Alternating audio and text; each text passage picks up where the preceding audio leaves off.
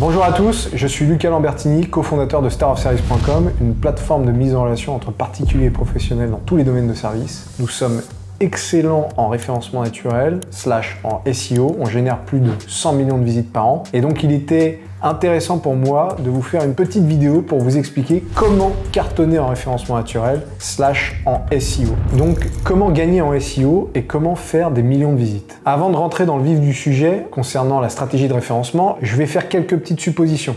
Vous venez tout juste de lancer un programme de référencement naturel et vous n'êtes pas encore très connu.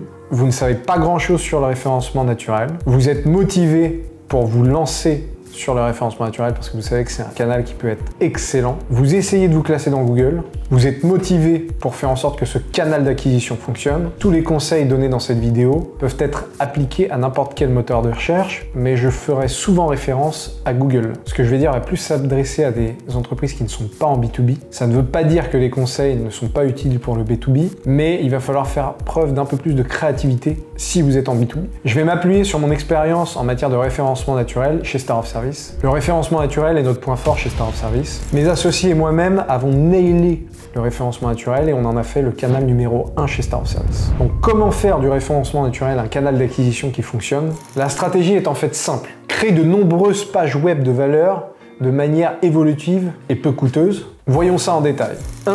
Créer de nombreuses pages web de qualité.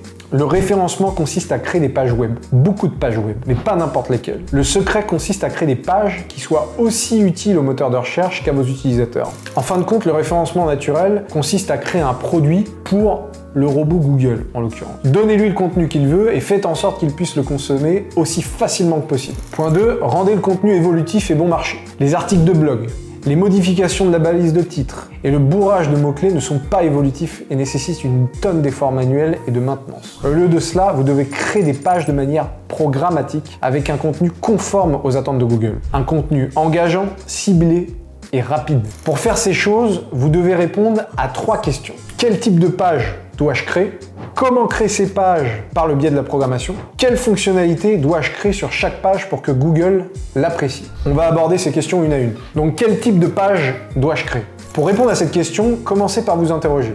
Qu'est-ce que les internautes recherchent sur Google et à quoi mon entreprise est la seule à pouvoir répondre? Notez toutes les informations uniques auxquelles votre entreprise a accès. Par exemple, Airbnb a des annonces uniques, Instagram a des images générés par les utilisateurs. Vous, que possédez-vous? Ce que vous recherchez, ce sont des points de données uniques et précieux que votre entreprise possède déjà et qui peuvent être transformés en pages web utiles. Il faut créer des pages qui répondent à une intention spécifique et précise de l'utilisateur. Le référencement ne consiste pas à capturer les mots-clés les plus importants, mais à capturer la longue traîne des mots-clés. Vous capturerez un trafic précieux et convertible et vous obtiendrez un retour sur investissement beaucoup plus élevé. Votre objectif devrait être de créer une niche au début et au fur et à mesure que vous gagnez en notoriété, de créer plus de pages et d'entrer dans de nouveaux espaces de mots-clés. La prochaine étape consiste donc à déterminer quelles sont les niches et les espaces de mots-clés qui conviennent le mieux à votre entreprise. Comment? En faisant preuve de créativité et d'imagination et en piquant des idées à vos concurrents. Certains des mots-clés dans lesquels vous voudrez évoluer seront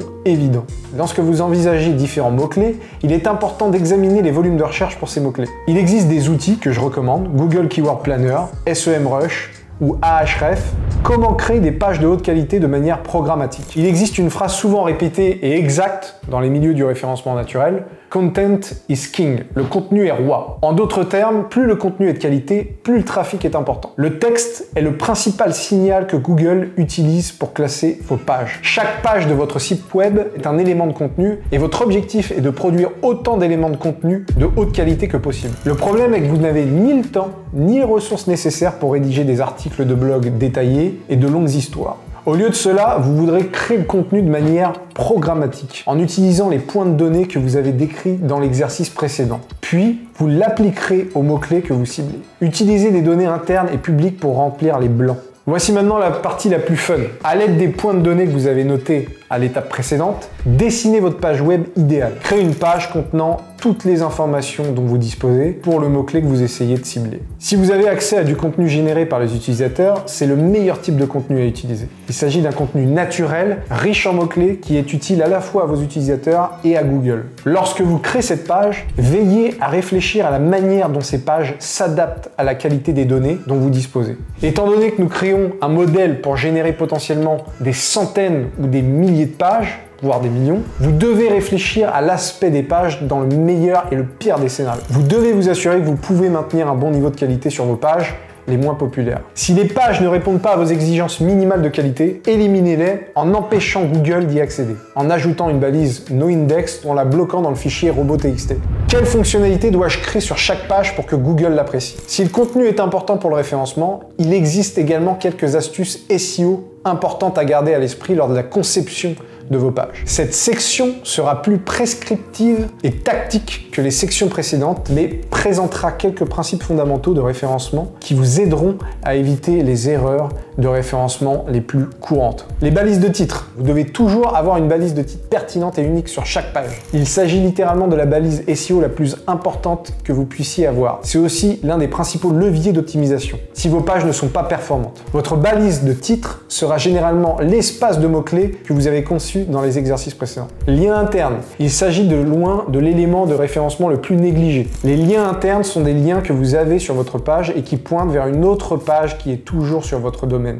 C'est extrêmement important car Google utilise les liens internes pour déterminer la hiérarchie des informations sur votre site. Plus il y a de liens internes pointant vers une page, plus celle-ci est importante. Et ces liens internes permettent à Google de découvrir de nouvelles pages sur votre site. La qualité de votre contenu importe peu si Google ne trouve pas la page. Les solutions typiques en matière de liens internes sont les produits recommandés, les lieux proches de chez vous et les autres choses que les gens ont aimées. Robot.txt. Le fichier robot.txt sert à indiquer aux robots d'indexation où ils sont autorisés à se rendre sur votre site et où ils ne sont pas autorisés à le faire. C'est important car vous ne souhaitez probablement pas que Google explore toutes les pages de votre site web. Plus il y a de pages, mieux c'est. Mais toutes les pages n'apportent pas un trafic intéressant. Utilisez le fichier robot.txt pour mettre en place des garde-fous aux endroits où Google est autorisé à naviguer. Plus Google passe de temps sur les pages qui vous intéressent, plus vous êtes performant. Google dispose d'une quantité limitée de ressources pour explorer votre page. S'il perd tout son temps à explorer un ensemble de pages inutiles, comme les pages de profil d'utilisateurs, de potentiels utilisateurs qui seraient vides, il n'aura pas le temps d'atteindre les pages qui comptent. Ensuite, il y a le rendu JavaScript. Google a plus de facilité à lire une page si elle est fournie en HTML simple. La question de la capacité de Google à interpréter le JavaScript fait l'objet d'un débat au sein de la communauté des spécialistes du référencement naturel. Mais on pense qu'il est préférable de faciliter au maximum l'exploration des pages par Google. Obliger Google à faire des efforts supplémentaires pour visualiser le contenu de votre page est tout simplement une mauvaise idée. Si vous vous souciez un tant soit peu du référencement naturel, trouvez un moyen de vous assurer que vos pages déconnectées sont servies côté serveur. Vous pouvez faire du JavaScript fantaisiste une fois que l'utilisateur est connecté.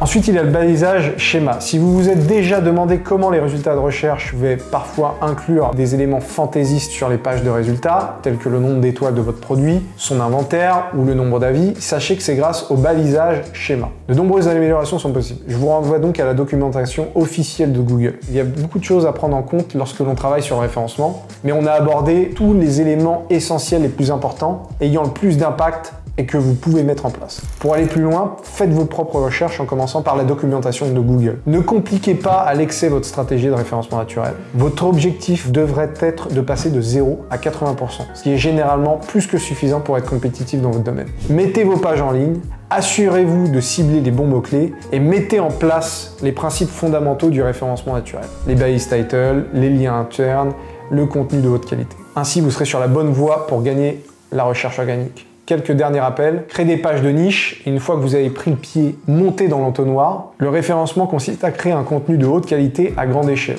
Maintenez cette barre de qualité minimale et faites-le à peu de frais. N'oubliez pas, la simplicité est préférable. Le trafic est un indicateur de vanity, c'est une vanity métrique. Ce que vous recherchez, c'est un trafic qui convertit. Il ne faut pas oublier qu'on cherche à augmenter le trafic pour augmenter aussi sa conversion et son nombre d'utilisateurs. Plus votre site est rapide, mieux c'est. Vos utilisateurs n'aiment pas les sites web blancs et Google n'aime pas non plus les sites web blancs. Pour résumer, si vous voulez réussir en SEO, il y a un triptyque à respecter. Content, popularity, tech. Content, contenu, faites du contenu de qualité. Popularity, popularité, faites en sorte que des sites parlent de vous et que des liens pointe vers votre site pour que Google vous positionne comme quelqu'un de confiance. Et ensuite, tech, faites en sorte que votre site soit bien hiérarchisé en termes de liens internes, internal linking, et faites en sorte qu'il soit rapide à charger, que ce soit sur mobile ou sur desktop. Merci d'avoir visionné cette vidéo. N'hésitez pas à liker, commenter ou à vous abonner. Si vous avez besoin d'un service, allez sur www.starofservice.com. Merci à tous, à la prochaine.